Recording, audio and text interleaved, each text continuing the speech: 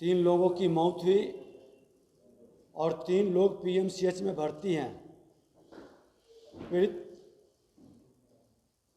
परिवार से हमने वहाँ मिला भी, और आज जो भर्ती है इनमें 2 लोग की अभी भी गोली शरीर से नहीं निकला है। एक का ब्रेन का ऑपरेशन हुआ है, एक की स्थिति गंभीर है। डॉक्टर से हमने बात भी किया है, उन्होंने कहा कि हम लोग प्रयास कर रहे हैं। इसी क्रम में उनसे जो बातचीत हुई है और उस बातचीत के क्रम में उन्होंने बताया कि पिछले छठ में भी अपराधियों द्वारा इनके साथ बच्चियों से छेड़छाड़, धमकाने का प्रयास, मारपीट करने का प्रयास किया गया और ये जाकर के अपने स्थानीय थाना में शिकायत भी दर्ज किया है। और शिकायत पर कार्रवाई हुई होती तो आज ये नरसंहार नहीं होता। जिले में वही एसपी है, उस समय भी सत्ताधारी दल के लोगों के दबाव में कहीं न कहीं अपराधियों को बचाने का खेल खेला गया। थाना पूरी तरह से एसपी के देखरेख में चलता है और थाने के अंदर कार्रवाई होती तो आज ये नरसंहार रुक जाता। एसपी कह रहा है कि हमें जानकारी नहीं है। पीड़ित परिवार कह रहे हैं कि छठ के समय ये घटना घटित हुआ था। अब सत्य कौन है ये तो उच्च स्तरीय जांच से पता चलेगा। घटना घटित होने के बाद आप इसको प्रेम प्रसंग से जोड़ दिए। उनके लोग, परिवार के सदस्य, कई स्थानीय लोग भी कहा कि लखीसराय स्टेशन प्लेटफार्म से सटा हुआ इनकी जमीन, कीमती जमीन पर ये जमीन माफियाओं की निगाहें टिकी हुई थी। पहले तो प्रयास किया कि बहू बेटियों को छेड़ें, तंग करें, बेच करके भागे, और जब उसमें सफल नहीं होता है तो घटना को इस स्तर तक ले जाएं। हमने मांग किया कि अगर जो उन लोगों का कहना है तो आप एक एंगल पर काम क्यों कर रहे, ये अलग एंगल है, उस पर भी आप जांच कराइए। लेकिन पूरा प्रशासन कहीं न कहीं दबाव में नजर आता है।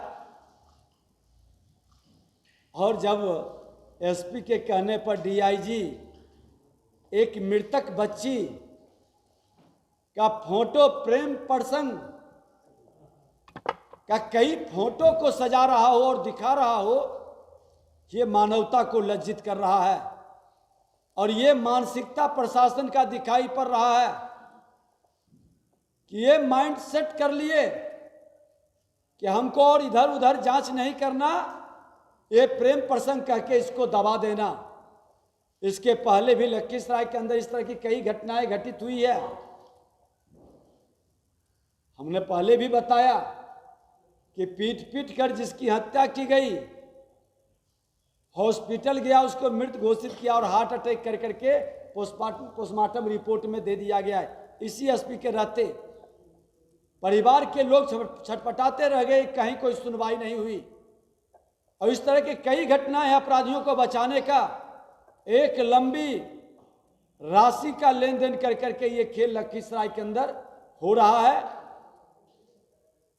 जहां घटना घटित हुआ, आज पीड़ित परिवार के सदस्य बता रहे थे कि वहां दारू का बड़ा माफियागिरी चलता है, वो दारू का अड्डा है। और दारू के जमात के लोग, बालू से जुड़े लोग और जमीन माफिया, ये सिंडिकेट है।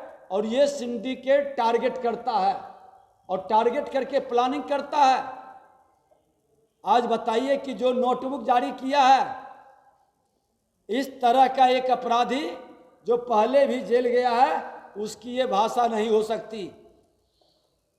ये पूरी तरह से प्लान्ड है। और आज सत्ताधारी दल के लोग प्रेस करते हैं, वो फोटो दिखा रहे हैं कि विजय सिन्हा के साथ एक जमीन माफिया, जिसको इन्होंने इसके मकान में रहता था, पकड़ा है, 1 साल पहले रहता था, अभी तो दूसरे के मकान में।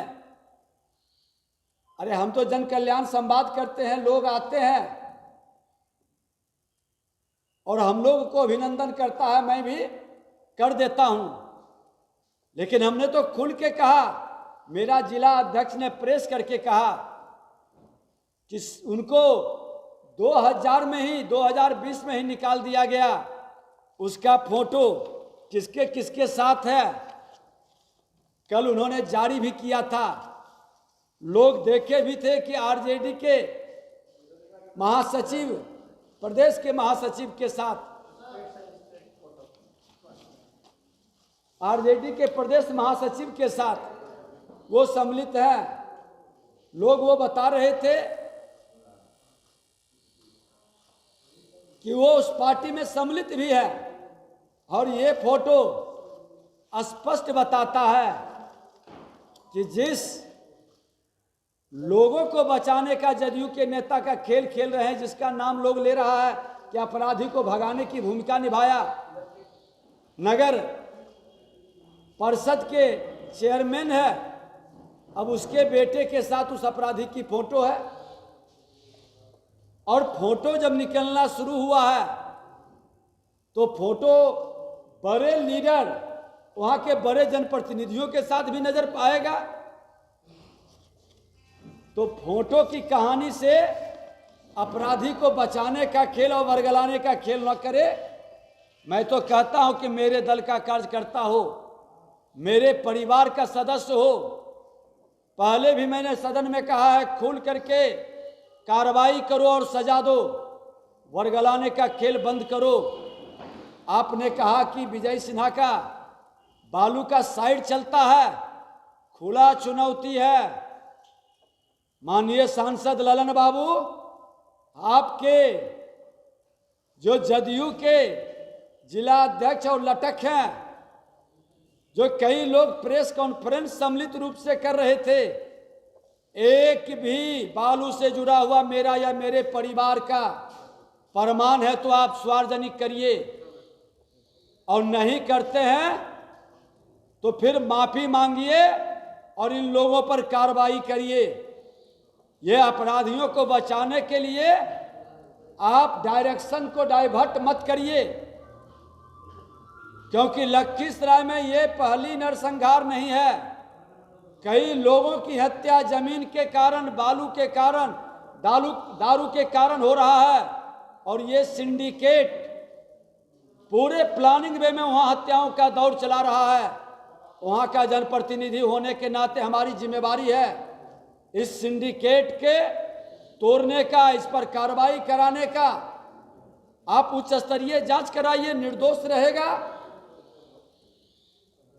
तो फिर भयभीत क्यों हो रहे हैं? क्यों सीबीआई से जांच कराने से भाग रहे हैं या हाईकोर्ट के सिटिंग जज से? जो एसपी बचाने का खेल खेल रहा है, वो एसपी कार्रवाई कैसे करेगा? वो तो आपके दबाव में, आज लखीसराय हो, मुंगेर हो, बाढ़ हो, या जो हस्तिनापुर के गुलाम हो, वो तो जो आका बोलेगा वही गुलाम करेगा। जहां ये स्थिति है, आज लॉ एंड ऑर्डर की स्थिति यही है कि पूरी तरह से 5वां दिन बीत गया, अपराधी पकड़ाया नहीं है।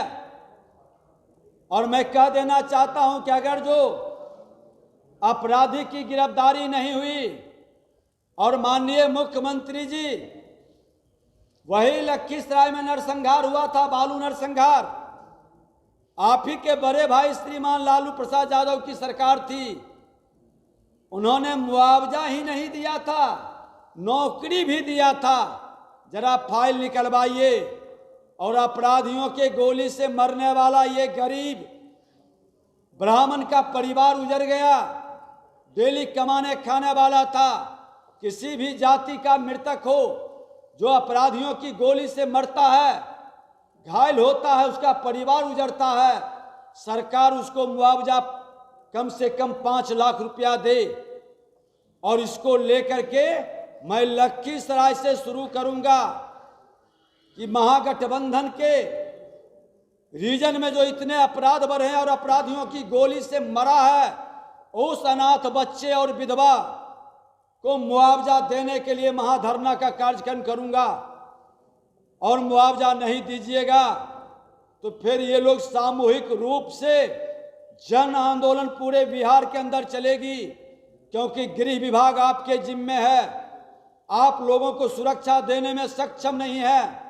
बिहार के अंदर हत्याओं की दौड़ चल रही है। अब तो अपराध पहले नुक के छुप करके रात्रि में होता था, अब अपराध खुलेआम दिन में। आज नालंदा आपके गृह जिले के अंदर एयरफोर्स के जवान का घर के आगे ही गला रेत करके 1 बजे दिन में हत्या कर दिया।